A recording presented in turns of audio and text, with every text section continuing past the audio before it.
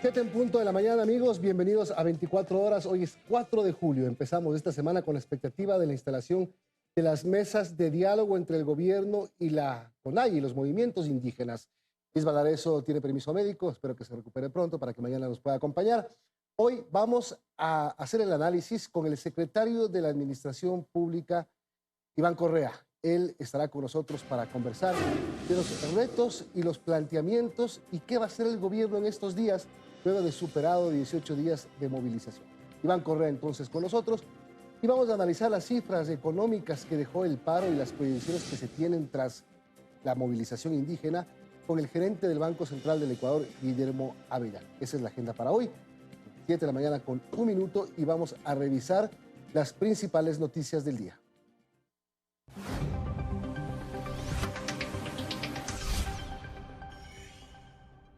Se espera que el 7 de julio, es decir, esta misma semana, se instalen las mesas técnicas entre el gobierno y la CONAIE tras el fin de las manifestaciones.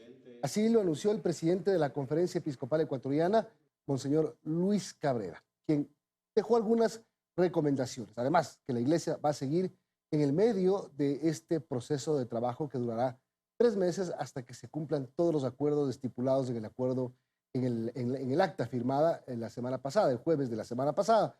Dijo, por ejemplo, Monseñor Luis Cabrera, que quienes inicien las mesas de diálogo deberían terminar, que no se pueden cambiar los interlocutores de las dos partes. Así se podrá dar un poco más de seriedad al procedimiento, que tiene que ejecutar varias cosas previstas. Por ejemplo, el tema de los combustibles ya está. Las gasolinas bajaron 15 centavos en 2 partes, ¿no? La primera anunciada por el presidente de la República de manera unilateral, y la segunda, la de 5 centavos adicionales, que se estableció en el acuerdo firmado el jueves en la Conferencia Episcopal Ecuatoriana. La comisión mediadora de la Conferencia Episcopal deberá convocar a la reunión de la mesa técnica donde se definirá la agenda de trabajo. Todavía no está claro en qué lugar se van a llevar a cabo estas mesas de diálogo para hacer el seguimiento de los acuerdos. Y entonces, lo que sí está definido es que esta misma semana, el 7 de julio, empezará ya el trabajo conjunto. La CONAIE ha dicho que no tiene problema en el orden que el gobierno decida, se va a llevar a cabo esta agenda de trabajo. Y hoy, a propósito, a las 10 de la mañana está prevista la audiencia de juicio directo contra el presidente de la CONAIE, Leonidas Giza, por el delito de paralización de un servicio público. El presidente de la República, Guillermo Lasso, el ministro del Interior, Patricio Carrillo, han sido solicitados por la defensa como testigos. Esto será en la ciudad de La Tacunga, y para ello ya la organización indígena, el movimiento indígena de Cotopaxi, la CONAIE mismo, ha convocado a sus bases para que hagan un plantón, una vigilia afuera del complejo judicial donde se llevará a cabo este juicio directo. Veamos un reportaje. 4 días después de concluido el paro, el presidente de la CONAIE, Leonidas Giza, encarará a la justicia este lunes por el delito de paralización de un servicio público. Según Fiscalía, los hechos se habrían registrado el 14 de junio, cuando con ayuda de varias personas habría interrumpido la normal circulación del transporte público en la Panamericana Sur, en la parroquia Pastocalle, en La Tacunga, provincia de Cotopaxi. A través de actos violentos, con obstáculos y quema de llantas, habría coartado el derecho a la libertad y movilidad, así como el abastecimiento de alimentos de primera necesidad. Queremos de que haya un juicio justo, jueces imparciales, fiscales objetivos y policía equitativa y altamente técnica. La audiencia se desarrollará en el complejo judicial de La Tacunga a las 10:30. Tanto el presidente de la República, Guillermo Lasso, como el ministro del Interior, Patricio Carrillo, fueron requeridos por la defensa de Giza como prueba testimonial.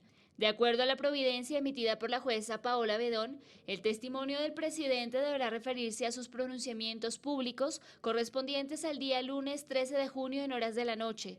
El primer mandatario podrá enviar un informe con juramento sobre los hechos solicitados.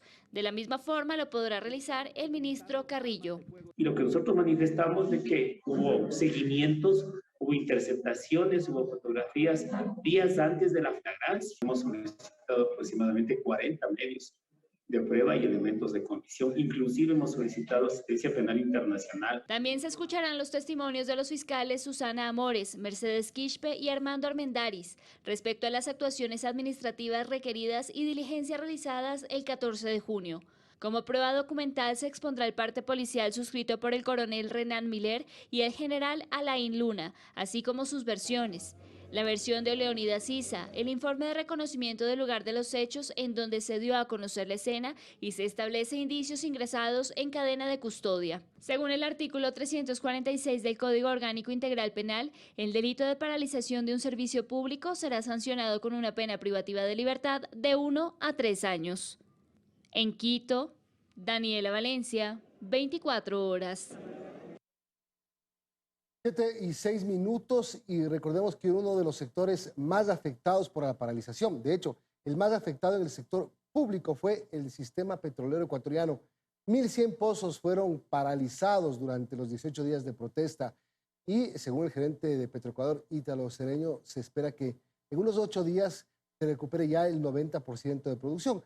Abrir las llaves del petróleo no solamente es accionarlas, sino hacer procedimientos que requieren inversión económica, que requieren pasos técnicos, y entonces es paulatina la recuperación petrolera. El monto perdido supera los $300 millones. El recorrido lo hicieron el gerente de Petroecuador, Ítalo Cedeño, y el ministro de Energía y Minas, Javier Vera. La intención, verificar cómo avanzan los trabajos para recuperarse tras las pérdidas ocasionadas por la paralización. Se recorrieron los campos Coca Payamino, Sacha, Suchufindi, Libertador y Lago Agrio, en Orellana y Sucumbíos. Los trabajos que ya se realizan terminado el paro han permitido que exista una recuperación en la producción, con 282.454 barriles. Durante la jornada también se visitó el campo Auca, el más productivo del país, con 75.000 barriles diarios, mismo que hoy ya se encuentra recuperado en un 60%. Con este avance, desde Petroecuador aspiran a que en 8 días se llegue a un 90% de producción petrolera, algo indispensable, ya que las afectaciones no fueron pocas en 18 días de paralizaciones. $512.9 millones en pérdidas económicas, 779 pozos fueron apagados, 34 torres paralizadas y las pérdidas acumuladas en barriles casi llega a 2 millones. Que van a haber pozos que no es solamente abrir una válvula, no es solamente arrancar un motor, sino que vamos a tener que entrar con equipos de reacondicionamiento. La caída en la producción cayó en un 54% y se suspendió la exportación de más de 1 millón de barriles de petróleo oriente, de los 5.7 millones disponibles para la venta en julio. Ya se afectaron 3 ventanas, o sea, no pudimos vender porque no tenemos el petróleo crudo para poderlo administrar a los compradores. Y estos son la ventana del 1 al 3 de julio, la ventana del 3 al 5 de julio, la ventana del 5 al 7 de julio. Como parte de los trabajos que ya se hacen, está la reparación de varias instalaciones que fueron vandalizadas. Tenemos que llevar todos los repuestos que necesitamos para reparar estas instalaciones. De esta manera, el sector petrolero intenta recuperarse de un fuerte golpe tras 18 días de protesta. Luis Alfredo Zúñiga, 24 horas. Bueno, y hablemos de la normalización, ¿no? Que empezó desde el viernes, una vez que las partes se pusieron de acuerdo, firmaron el acta de paz y el país empezó a volver a la normalidad. Quito, por ejemplo, miren ustedes, fin de semana, largas filas para conseguir un cilindro de gas de uso doméstico. Seguían los problemas, las largas filas en los puntos de distribución de los cilindros. La Intendencia de Policía de Pichincha no puede hacer mucho porque básicamente su trabajo está enfocado a controlar que el precio de 1.60 por cilindro de 15 kilos se mantenga. En todo caso, empezaron a circular ya los cilindros de gas con problemas. En el transcurso de estos días seguramente se irá normalizando. Por ejemplo, otras provincias que también tienen problemas son Cotopaxi. Por lo menos hasta el viernes había una restricción de venta de un cilindro por persona, por familia. Pues apenas llegó un camión con 900 cilindros que fue inmediatamente repartido este camión por la ciudad de La Tacunga. Así que esperemos que en los próximos días se vaya normalizando el abastecimiento de gas doméstico.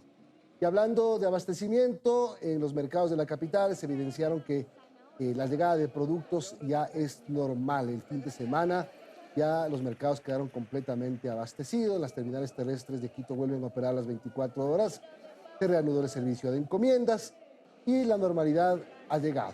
Lo que todavía no se normaliza son los precios de algunos productos que deberán también, por el transcurso de los días, es que no existe especulación de por medio, bajar de precio. Subieron por el transporte, por los transbordos, por la dificultad de durante los 18 días de paro llegar a los mercados, pero debería normalizarse.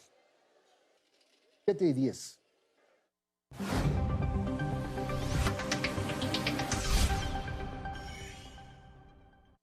Bueno, y el mal tiempo sigue afectando a algunas provincias, por ejemplo, en Azuay. Este domingo en Gualaceo, el cantón se vio afectado por el desbordamiento de uno de sus ríos.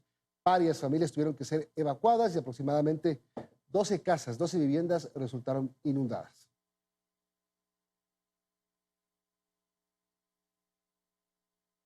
Santiago ha vuelto a desbordar al río Upano, causando inconvenientes en la transportación y comunicación de los pobladores en esta parte del país.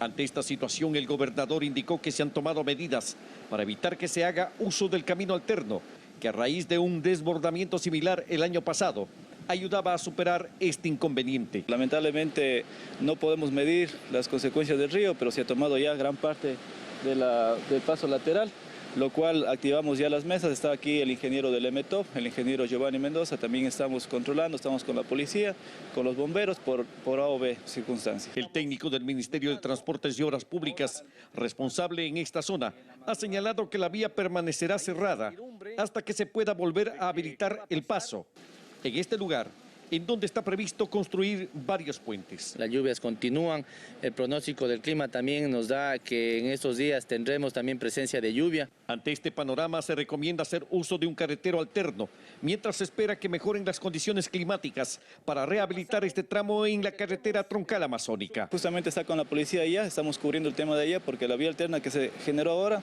de siempre, si es que hay la cierra acá, va a ser la vía Tundaime, de Sucúa a Tundaime, Sevilla. Vamos nosotros, cuando las condiciones lo permitan, ingresar maquinaria para en lo antes posible y el tiempo antes previsto podamos ya realizar las obras y se pueda ya habilitar el paso peatonal, el paso provisional. Hasta ahora, el invierno no solo ha causado daños en esta carretera estatal, también está inhabilitada la vía Macas-Riobamba. Igual hay problemas por deslizamientos en los tramos Bella Unión-Limón, en el sector El Rosario y en la conexión con el Austro, Plan de Milagro, Gualaceo. En la provincia de Morona, Santiago, Wilson Cabrera, 24 horas. Bien, este reportaje correspondió a lo que ocurrió en el río Upano, en la provincia de Morona, Santiago. Antes hablábamos de lo que pasó en la provincia de La Azuay, en el cantón Gualaceo, que tuvo la afectación por el desbordamiento de un río. Son las 7 de la mañana con 13 minutos, hacemos una pausa. De la mañana 17 minutos, Iván Saquicela regresará mañana a sus funciones de presidente de la Corte Nacional de Justicia, luego de haber permanecido suspendido por casi un mes y medio. El Consejo de la Judicatura revocó la medida una vez que el Pleno de la Corte Nacional, de manera unánime, dijo que él no había cometido ninguna falta. La decisión se conoció mediante este comunicado. El Pleno del Consejo de la Judicatura revocó la medida preventiva de suspensión al doctor Iván Saquicela Rodas, tras la notificación de este viernes 1 de julio de 2022 de la Corte Nacional de Justicia, que determinó que no hubo manifiesta negligencia en la sustanciación del proceso de extradición del expresidente Rafael Correa y además dispuso el archivo de la denuncia presentada. Con esto, el magistrado Saquicela debe volver a sus funciones como presidente de la Corte Nacional de Justicia, tras algo más de un mes de haber estado suspendido. Es más, lo hará este mismo lunes 4 de julio, así lo confirmó vía telefónica para Teleamazonas. Resuelve que yo no he tenido una actuación incorrecta, que no he incurrido en una negligencia que sería una causa para una sanción en mi contra. Por lo tanto, queda absolutamente claro por resolución, reitero, unánime del Pleno de la Corte Nacional de Justicia. Saquicela fue suspendido por 90 días el pasado 20 de mayo, tras una denuncia administrativa presentada por el abogado en libre ejercicio Alex Waman, por haber incurrido supuestamente en una falta gravísima durante el pedido para el proceso de extradición del expresidente Rafael Correa. Pero esto no se comprobó y el caso será archivado. El Pleno de la Corte Nacional de Justicia, en forma unánime, ha dado una respuesta por defensa de la institucionalidad y la independencia judicial. Eso nos complace y nosotros pues lo único que vamos a seguir haciendo es trabajar por la institucionalidad y por la justicia del país. Además, en contra de Saquicela se presentó una denuncia por supuesta negligencia en el trámite de una recusación. El proponente de este caso fue el exdefensor del pueblo, Freddy Carrión, sentenciado a 3 años de cárcel por un delito sexual. Saquicela ante la justicia ordinaria presentó una acción de protección, recurso que fue rechazado. Karen Aro Ruiz, 24 horas. Bueno, y hablando de temas judiciales, este miércoles se desarrollarán las pruebas psicológicas de los 113 aspirantes a jueces anticorrupción especializados contra la corrupción y el crimen organizado. Se estima que el proceso concluye el 19 de septiembre. Según el cronograma del concurso, el 18 de junio terminaron las pruebas psicológicas a las que se sometieron los candidatos. Los resultados específicos de esta fase tienen la calidad de confidenciales y serán notificados a cada aspirante. La calificación de idóneo o no idóneo será conocida solo por el Pleno del Consejo de la Judicatura y no será objeto de recalificación. La evaluación psicológica no tiene un puntaje establecido, pero quienes no sean calificados como idóneos no podrán continuar el proceso. Así entonces se busca a los nuevos jueces anticorrupción y de lucha contra el crimen organizado, 113 candidatos. 7:20. La Corte de Justicia del Guayas todavía no define la fecha en la que se revisará el pedido de apelación a la prisión preventiva que presentó Leandro Norero, alias El Patrón, acusado de lavado de dinero del narcotráfico. La audiencia debió realizarse a mediados del mes anterior. El caso Norero se mantiene en suspenso. Aún no se conoce la fecha en que se resolverá el pedido de apelación a la prisión preventiva que presentó Leandro Norero Tigua, acusado de lavar dinero del narcotráfico. La audiencia debió instalarse hace más de 2 semanas, el pasado 21 de junio, para ser exactos, en la Corte de Justicia del Guayas. Pero el tribunal, conformado por los jueces Carmen Vázquez Ponente, Richard Gaibor y Carlos González, la suspendió, porque según dijeron, el proceso les llegó incompleto. En la carpeta, precisó la ponente, hacía falta la apelación que presentó Fiscalía, la medida cautelar que se le otorgó al momento de la detención a la pareja de alias El Patrón, Lina Paola Romero, quien fue aprehendida junto a Norero y sus 2 hermanos, Israel y Joana, en un mega operativo realizado el 25 de mayo de este año. Desde entonces, Leandro Norero Tigua y sus hermanos permanecen recluidos en la cárcel de la Tacunga, en tanto que Lina Paola Romero cumple con presentarse una vez por semana ante la autoridad competente. Los jueces Vázquez, Gaibor y González quedaron a la espera de que el juzgado en el que recayó la causa de la familia Norero envíe toda la información para analizarla. A nombre de la familia Norero hay por lo menos 14 empresas domiciliadas en Panamá, compañías que en Ecuador tienen varias propiedades en provincias como Guayas y Manabí, y algunos negocios en la ciudad de Guayaquil como un spa y un centro automotriz. De hecho, la casa ubicada en una de las urbanizaciones más exclusivas de San Borondón, en la que fue detenida la familia Norero, está a nombre de una empresa offshore panameña cuya titular es Lina Paola Romero.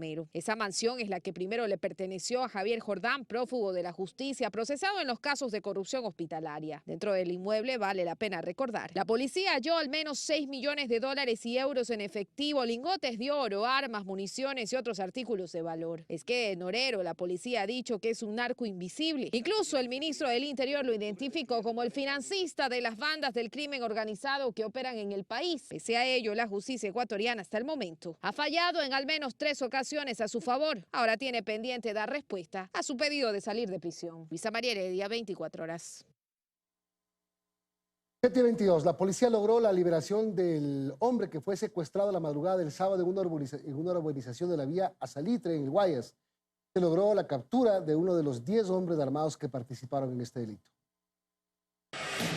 24 horas después de su captura, la Unidad Nacional de Investigación Antisecuestros y Extorsión UNASE logró la liberación de Jos Aníbal C., de 27 años, quien fue secuestrado la madrugada del 2 de julio en una urbanización de la vía Salitre. Todo quedó grabado en las cámaras de vigilancia y duró apenas minutos. El primero en aparecer es un sujeto que llega en moto con indumentaria de la policía. Este se baja, saca un arma y somete al guardia de una de las etapas de la urbanización. De inmediato llegan 4 vehículos de los que se bajan sujetos que portaban incluso armas largas. Ingresan al lugar y llevan a un segundo guardia a la garita. Es entonces cuando los hombres se suben de nuevo a los 4 automotores e ingresan a la urbanización, mientras 2 permanecen en garita sometiendo a los guardias. Tiempo después los vehículos salen del lugar. Todo esto ocurrió en apenas 3 minutos. La policía asegura que quien sale en el video con uniforme de la institución no pertenece a sus filas. Se disfrazaron como Policía Nacional del Ecuador para poder acceder a dicha urbanización. No pertenece específicamente a la Policía Nacional del Ecuador en lo que refiere al distrito Daule. Los moradores de la urbanización afectada se pronunciaron mediante un comunicado, donde confirmaron que fueron al menos 10 sujetos los que cometieron este acto delictivo y secuestraron al joven dentro de la casa de su padre, Pablo C., al que amenazaron de muerte. El secuestrado tiene antecedentes penales. Refleja como 3 antecedentes como tal: asociación ilícita, secuestro y tenencia y porte de arma de fuego. Los delincuentes pedían $200.000 para liberar al secuestrado.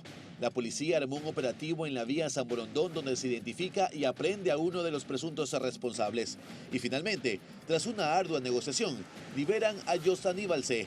Esto cerca de las 3 de la mañana de este domingo. Además del detenido, se decomisó uno de los vehículos que se habría usado en el secuestro y un celular.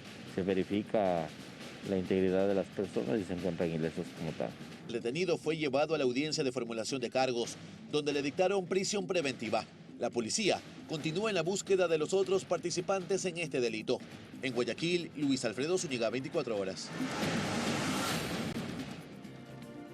7:30, saludamos al secretario de la Administración, Iván Correa. Señor secretario, buenos días, gracias por acompañarnos. ¿Cuál va a ser el golpe de timón que dé el gobierno a partir de hoy, una vez superados los 18 días de movilización, el paro más largo del país? Milton, muy buenos días y a través de las pantallas a todos los que nos ven esta mañana. En primer lugar, inician los procesos de diálogo. Ese es un proceso que hay que terminar. El ministro de Gobierno está a cargo, ya ha llamado a la Conferencia Episcopal Ecuatoriana para que siga su trabajo mediador en todo este proceso. Eso es importante, tenemos 90 días, esperemos lograrlos en mucho menos, pero eso hay que cerrarlo y cerrarlo bien. Hay 10 puntos en la agenda, 2 ya fueron resueltos, algunos más también, pero es importante cerrar todos y cada uno de ellos. Eso es lo primero, Milton. Lo segundo, o quizás lo primero a la interna, debería ser qué va a pasar con el gabinete. Se anuncian cambios, se dice que el ministro de Economía no va más, va a haber un cambio por ahí. Habla también del Ministerio de Salud. ¿Cuáles son las direcciones que va a dar el presidente Lasso? Porque la crisis no fue fácil y fue muy peligrosa, no solamente para el gobierno, sino para la democracia. Sin duda se vienen cambios. Lo anuncié el otro día en una entrevista de radio. El presidente está evaluando todos estos cambios y lo más seguro es que sean anunciados el día de mañana, incluyendo obviamente el Ministerio de Finanzas. Es decir, hay un cambio seguro en el Ministerio de Finanzas. Sí, hay un cambio y seguramente hay otros cambios también dentro del gabinete que serán anunciados por el presidente el día de mañana en la tarde. El Ministerio de Salud, por ejemplo. Hay algunos cambios, preferiría que el señor presidente, quien debe anunciarlos, lo haga. Son cambios necesarios que van más allá de lo sucedido en el paro, pero son necesarios para poder avanzar bien, para poder hacer los cambios que requiere la ciudadanía y obviamente poder ejecutar muchas cosas que se han quedado en el tintero. Esas cosas que se han quedado en el tintero y que el presidente Lasso, por ejemplo, el día viernes que salió en una cadena nacional y dijo, el campo y el agro van a ser una política de Estado. Dijo lo mismo en Tungurahua cuando recibió el bastón de mando el día 25 de mayo del año pasado. ¿Cómo hacer que las ofertas se conviertan en realidad? Bueno, yo creo que la primera oferta ya es una realidad. Dar crédito al 1% y hasta 30 años plazos es una promesa que se ha cumplido por parte del señor presidente. Y seguramente dar 1.000 millones en los 4 años de su gobierno es un gran empuje a todo el agro. Pero creo que también es importante recalcar que de todos los diálogos que tuvimos con los movimientos indígenas, es claro y es necesario que todos podamos volver los ojos al campo. Por muchos años Ecuador miró mucho a la parte urbana y quizás descuidó el campo. Y es importante hoy, más que nunca, volver a tener los ojos al campo, a la ruralidad y llevar servicios y beneficios a todos los ciudadanos que hoy viven allí. Siempre se dice volver los ojos al campo. ¿Cuándo se vuelven los ojos al campo? Porque es una frase repetitiva no solo de este gobierno, del gobierno anterior, del del anterior. Siempre el campo es objetivo número uno, pero es objetivo número uno desatendido. Sin duda. Y por eso fue que el presidente, una de sus primeras promesas en cumplir fue dar crédito, y especialmente en la ruralidad. Y eso es un hecho real, un hecho que existe y que es valorado por todos aquellos que hoy han obtenido su crédito a través de Ban Ecuador. Pero también el ministro de Agricultura tiene un camino trazado que es importante que ejecute y que se lo va a hacer. El ministro de Agricultura, el ministro Manzano, tiene un gran reto entre el gabinete, y es que esos ojos puestos en el campo generen servicios, generen bienestar, generen educación, generen salud para todos aquellos hermanos que hoy viven allí.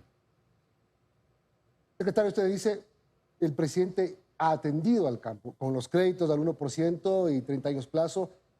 ¿Por qué pasó lo que pasó entonces, mediados de junio? ¿Por qué este paro tan largo, tan explosivo, tan complicado de resolver?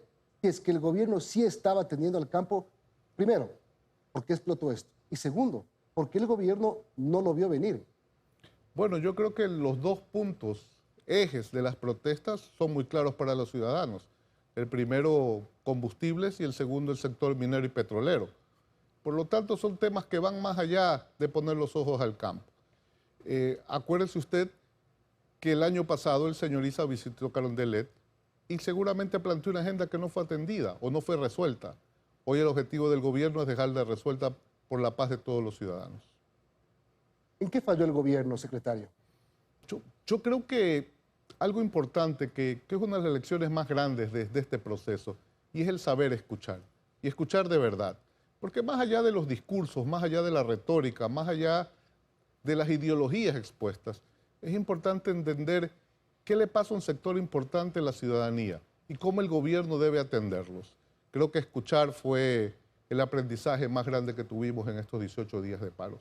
Y obviamente la recuperación de la paz, porque sin ella es muy complicado trabajar, es muy complicado vivir tranquilos. Es decir, el gobierno no supo escuchar este clamor que venía. A lo mejor se desvió con el hecho de amenazas políticas, de desestabilización, de amenazas de infiltraciones, etcétera. Pero detrás de todo esto existe una gran población que no ha sido atendida tradicionalmente, que ha sido históricamente olvidada y que en algún momento, periódicamente además, tiene que reclamar. Mire, una de las cosas más interesantes y más importantes que se escuchó en todo este proceso fue de un joven amazónico que lo dijo bien claro en la Basílica del Voto Nacional. Y él decía, para mí la Amazonía es mi farmacia, es mi ferretería. Y uno está acostumbrado desde el urbano a ver estos temas, tanto farmacias y ferreterías de otra manera, pero para él su Amazonía es eso. Y creo que son conceptos muy fundamentales que todos debemos entender y que todos debemos preocuparnos en atenderla muy bien. Creo que, como le dije, Milton, escuchar, el entender detrás de los discursos ha sido fundamental en este proceso. Y el diálogo continúa, el ministro de Gobierno está a cargo de ellos y entiendo que a partir del 7 de julio se instalarán las mesas técnicas para dar cabida a todos los temas que pudieron haber quedado rezagados. Ahora, aparte de esto, tienen que solucionar un montón de temas más, secretario. Estaban pendientes antes de que se produzca el paro. Abastecimiento de medicinas, registro civil, placas de carros. O sea, hay un montón de cosas que la gente reclamaba todos los días antes de que estalle la paralización. Una por una, para ir claro. En el tema de registro civil, cédulas está al día, pasaportes, si no me equivoco, en este mes ya están todos al día. Aparte, quiero comentarle a los ciudadanos que se ha iniciado el nuevo proceso de contratación de materiales y de insumos para las próximas etapas de pasaportes y cédulas, por lo tanto, ese es un tema resuelto. Placas, entiendo que solo falta ya temas de motos, que está por resolverse en este mes y en el próximo. Y en medicinas, obviamente, se decretó la emergencia en la salud, eso permitirá una compra muy rápida de medicamentos a nivel nacional y obviamente el proceso de externalización. El día de hoy el señor vicepresidente está en la ciudad de Guayaquil visitando el hospital Abel Guirbe y igualmente el hospital de Los Ceibos para estar seguros y claros que el proceso de externalización está listo y que el señor presidente lo pueda lanzar inmediatamente. El tema de la salud, por ejemplo. ¿Por qué no declararon antes la emergencia en la salud? Si era evidente que la salud estaba en emergencia, ¿por qué tuvieron que esperar que el país explote para declarar en emergencia? Bueno, lo que seguramente... ¿Parte de ciegos, lentos? Perdóneme que se lo diga. No creo que sea necesario utilizar esas palabras. Perdón, no ciegos, usted dijo sordos. No creo que sea necesario utilizar esas palabras, Milton. En el tema de salud estamos claros, había un proceso de externalización en marcha, ha sido una pelea muy grande lograr que todos entiendan que esto era importante para la sociedad, incluyendo productores, incluyendo distribuidores.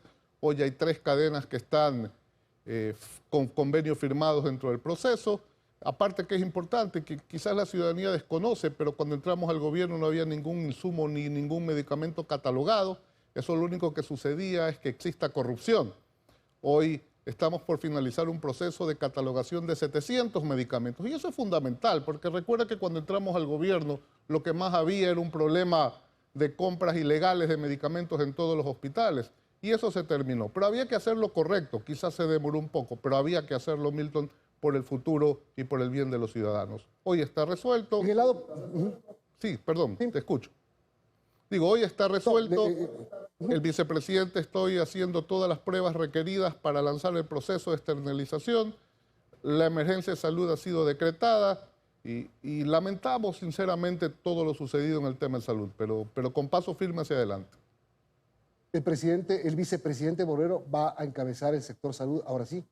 El señor vicepresidente está encabezando el gabinete de salud y dentro del gabinete de salud está el Ministerio de Salud Pública, el Instituto Ecuatoriano de Seguridad Social y la parte médica de las Fuerzas Armadas y la Policía Nacional. Así es, el señor vicepresidente va a encabezarlo. Un tema final, secretario, en la política, en el lado de la Asamblea Nacional, después del paro ustedes tienen menos que antes. 12 votos le faltó a la oposición para derrocar al gobierno, para destituir al presidente de la República. Por suerte, para ustedes y para la democracia, la mayoría del país no quería cambiar gobierno, pero sí quiere que el gobierno cambie. No, sin duda. Yo creo que la mayoría de los ecuatorianos no quiere cambiar un gobierno democráticamente electo. Eso no está en duda. Y sin duda también hay que hacer cambios. La ciudadanía espera y aspira a muchas cosas de este gobierno. Y créame, estamos trabajando en lograrlas. ¿Va a haber un gabinete de unidad nacional? ¿Esa es una opción que el presidente se le ha planteado? Bueno, el gabinete es un gabinete de unidad nacional. Eso ha sido siempre. Creo que el presidente va a buscar los mejores nombres y los mejores perfiles para las carteras de Estado que él decida realizar cambios. Cuando le digo gabinete de unidad nacional, me refiero a que usted, el presidente Lasso podría convocar a gente de otros partidos políticos. Sin duda, y lo tenemos. Es bien claro que María Sara Gijón es una prueba de eso. Trabaja en el gabinete desde el primer día y fue la binomio del señor Herbas en la última contienda electoral. Pero sin duda, creo que hay muchos ecuatorianos de muchos partidos que pudieron formar parte del gabinete y que obviamente el presidente está abierto a todo esto. Hoy la audiencia contra Leonidas Diz en la Tacunga. ¿El presidente ha sido convocado como testigo por parte de la defensa? ¿Va a ir el presidente? No, el presidente ya tiene una agenda resuelta el día de hoy, está viajando a Quito al mediodía y tiene agenda ya prevista. ¿No va a ir ni el presidente ni el ministro del gobierno? No, no va a ir el señor presidente, así es. ¿No va a mandar un delegado? No está en su agenda enviar un delegado. Bien, secretario, muchas gracias por acompañarnos. A usted, Milton, un abrazo a todos. 7:42, el secretario de la Administración, Iván Correa. Vamos a la pausa, regresamos para conversar con el gerente del Banco Central. 7:45, saludamos al gerente del Banco Central, Guillermo Avellán, para conversar de cómo queda el país económicamente después de este paro que ha sido el más grande registrado desde 1990, cuando fue el primer levantamiento de la CONAIE. 18 días, aparte de violencia, de tensión, de caos político, de pérdidas económicas.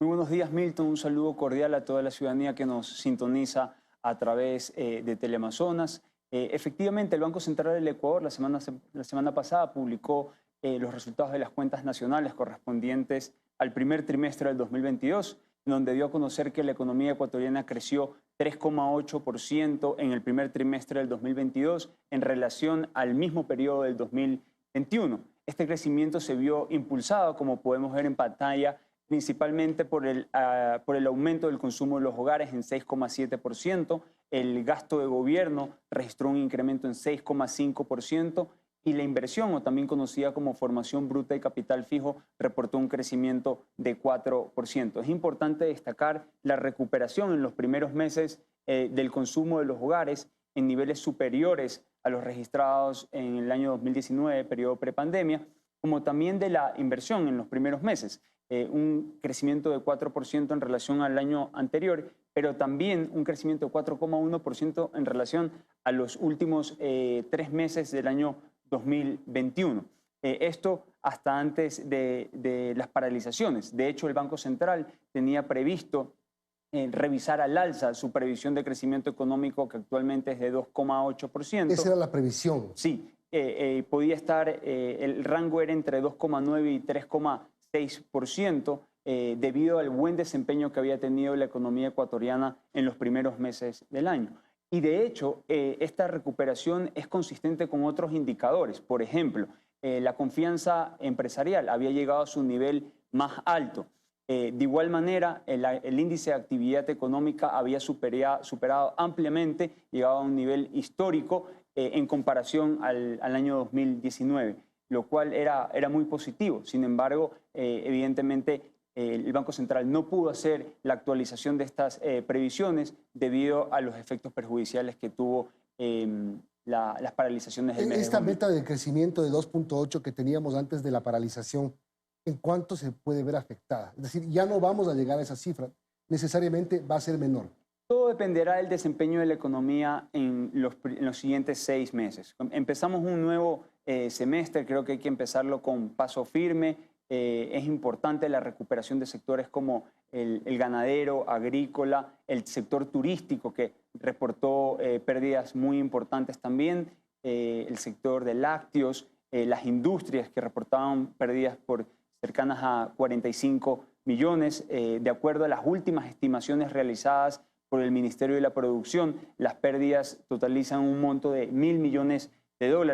775 millones corresponden al sector privado y 225 millones corresponden a pérdidas en el sector estatal, específicamente por el sector petrolero. Por ejemplo, en el tema de las exportaciones, que es uno de los sectores más afectados en el lado privado, que ya estaba afectada por la pandemia, por la guerra de Ucrania y Rusia, ahora por el paro. ¿Cómo levantar? Ya tuvieron una contracción del 0.4% el año este año, enero y marzo de 2022, más contracción 0.4 que el año pasado.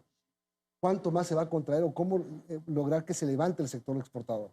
Sin duda, el problema geopolítico entre Rusia y Ucrania afectan a ciertas exportaciones. Ajá. Tenemos ahí el sector bananero, que es el principal afectado, también el sector florícola, pero hay otros sectores que, a pesar del contexto internacional, podemos ver que el sector acuícola ha crecido de manera muy importante. La pesca de camarón, un récord importantísimo. Importantísimo. Productos mineros también hasta el cuarto mes de este año tenían un desempeño muy positivo. De hecho, entre los sectores, las industrias que mayor crecimiento reportan está efectivamente acuicultura y pesca de camarón, con un crecimiento de 28,5%. Alojamiento y servicios de comida reporta un crecimiento de 8,6%. Por ejemplo, en ese sector, alojamiento y servicios de comida, sobre todo el alojamiento, ¿se siente la cancelación, por ejemplo, para verano? Ya se quedaron cancelados, ya sufrieron el impacto del paro los hoteles que todavía lo siguen sufriendo. El sector turístico, el más afectado en la pandemia, estábamos en una ventana de salida entre pandemia y recuperación y viene el paro. De acuerdo, son, como mencionaba, son cerca de $1.000 millones que se registran en pérdidas, 775 millones corresponden al sector privado. Dentro del sector privado, el sector turístico es uno de los más afectados junto al sector ganadero y agrícola. 70 millones se registran en pérdidas para el sector turístico, cerca de 90 millones para el sector avícola ganadero. Por lo tanto, estos sectores están llamados a recuperarse. Tengo entendido que el ministro de la Producción y el ministro de Turismo están manteniendo contacto permanente con el sector privado para buscar soluciones, alivios a estas pérdidas que se han registrado. Bueno, ¿cómo va a afectar esto en las cifras finales del año? ¿Cómo el país se puede recuperar de esto? Sí, a ver, es importante hacer, digamos, un sano equilibrio, un análisis entre las ventas locales y las ventas externas. Hay ventas no realizadas en este periodo, las cuales, digamos, deberían recuperarse en los próximos meses de manera importante. Tenemos comercio, tenemos el sector turístico, tenemos el sector avícola. Avícola, por ejemplo. Avícola. Una crisis nunca antes vista en el sector avícola. Sí, de acuerdo. En total, ganadero avícola suma 90 millones de dólares. Justamente uno de los planes más importantes que tiene el gobierno nacional es el plan de ruralidad. Ha comenzado ya con el crédito al 1% hasta 30 años plazo y es una política muy importante de poder llegar con crédito en muy buenas condiciones para los productores agrícolas. Ahí tengo algunas preguntas. Por ejemplo, en el sector del comercio, la escasez, la especulación, todo lo que pasó durante estos 18 días, ¿va a empujar a los índices inflacionarios? ¿La inflación se va a ver afectada hacia arriba? ¿Y cómo normalizar el tema de precios? Sí, de acuerdo. A ver, en el mes de junio va a tener un efecto al alza los precios productos justamente de la especulación y escasez. Debería aumentar de manera importante este indicador. De hecho, vamos a tener próximamente el INEC debería publicar las cifras de inflación, pero es importante mencionar que hasta mayo se tenía una inflación interanual de 3,38%. A nivel latinoamericano, Milton, la inflación es de 11% si consideramos Argentina. Si excluimos Argentina... Con las distancias de las monedas, ¿no? De acuerdo. Si excluimos Argentina, tenemos el caso de una inflación cercana al 7%, es decir, prácticamente el doble que la ecuatoriana. Por lo tanto, debería haber un aumento en junio de manera particular, pero es importante mencionar que el componente que mayor incidencia tiene en la inflación es el transporte. Y el transporte, como todos sabemos, los precios de los combustibles de bajo octanaje, me refiero al diésel extra, están congelados. Entonces, eso de alguna manera contiene la inflación y protege el poder adquisitivo de las familias ecuatorianas. Va a haber más inflación cerrada en junio, pero en julio ¿se podrá modificar algo? ¿Podrá volver a la normalidad? De acuerdo, debería regularizarse y la expectativa es que la inflación pudiera terminar entre 3,5 y 4% al final del año. El tema de los combustibles, la reducción de 15 centavos en los combustibles, ¿cómo va a afectar en varias cosas? Primero, acuerdos con los multilaterales, Fondo Monetario Internacional, sabemos que es muy rígido en sus proyecciones y en sus metas y en los cumplimientos. Segundo, en el cumplimiento interno de cosas que necesitan dinero. Por ejemplo, los mismos créditos que entrega el gobierno, el 1% a 30 años plazo, y los 1.000 millones que le va a costar todo el acuerdo alcanzado con los movimientos indígenas. Menos dinero, más necesidades. Bueno, es importante mencionar en este caso que el apoyo de los multilaterales ha sido incondicional al Ecuador y una muestra de aquello es el respaldo que ha dado el Fondo Monetario Internacional con su desembolso de cerca de 1.000 millones que ya los recibió en la cuenta única del Tesoro el Ministerio de Economía, que va a permitir reactivar justamente la economía, ponerse al día con algunos pagos a proveedores o entidades públicas, y eso va a ser muy importante. También el contexto internacional es positivo, Milton, eso hay que mencionarlo. ¿Pese a todo? Pese a todo, a pesar de la crisis geopolítica entre Rusia y Ucrania, que tiene una repercusión evidente en nuestras exportaciones no petroleras, el petróleo se mantiene todavía alto. El incremento de tasas de interés de alguna manera afecta también al Ecuador, pero este segundo semestre el país tiene la oportunidad de poderse reactivar de manera muy importante, ¿no? Hay el compromiso desde el sector privado, desde el sector público. Creo que la importancia de las cosas que nos unen a los ecuatorianos deben de prevalecer ante aquellas que tal vez nos diferencian. Y algo que es muy importante es que se ha establecido desde el gobierno nacional, y yo creo que es algo que hay que destacar, que el camino hacia un Ecuador más justo, más próspero, es la reconciliación, el diálogo y el consenso. Y eso es una parte fundamental para que podamos recuperar la actividad económica y la generación de empleo adecuado en el país. ¿Podemos pensar en que, pese a todo, vamos a tener un crecimiento al final del año, una mejor... Si la gente no le gusta escuchar la macroeconomía, porque cuando no se refleja en la economía del común y corriente, no sirve de mucho, la verdad, o sirve a largo plazo. Pero aquí estamos acostumbrados a dar un paso adelante y dos atrás. Estábamos, le repito, en la época de la reactivación pospandemia y viene esto a hacernos retroceder nuevamente. De acuerdo, yo por eso soy muy optimista, porque si usted ve las cifras hasta el quinto mes del presente año, se ve la reactivación económica en varios sectores, no solo en el sector exportador, sino también en el sector local, lo cual es muy importante. Las ventas locales venían incrementándose de manera muy importante y creo que ese es el ritmo que deberíamos tener en el segundo semestre para que el impacto de las paralizaciones se pueda minimizar una vez que podamos evaluar el año por completo. Bien, muchas gracias. Guillermo Avellán, gerente general del Banco Central. Y estas son las expectativas. Va a haber más inflación en junio, sin duda, pero el plan económico no varía. Y le repito por última vez, la baja en el precio de los combustibles, que significa 340 millones de dólares más o menos, ¿verdad? ¿Esa es la cifra? Sí, cerca, en total el país va a tener por sus subsidios de combustibles un monto superior a 3.000 millones. O sea, más que salud, igual que educación. Increíble. Es parte de las negociaciones y es parte de poder escuchar aquellos sectores del país. Y es parte de poder sobrevivir, además, políticamente hablando. Gracias. 7:57, tenemos que terminar el programa, ya vienen los noticieros de la comunidad. Buenos días.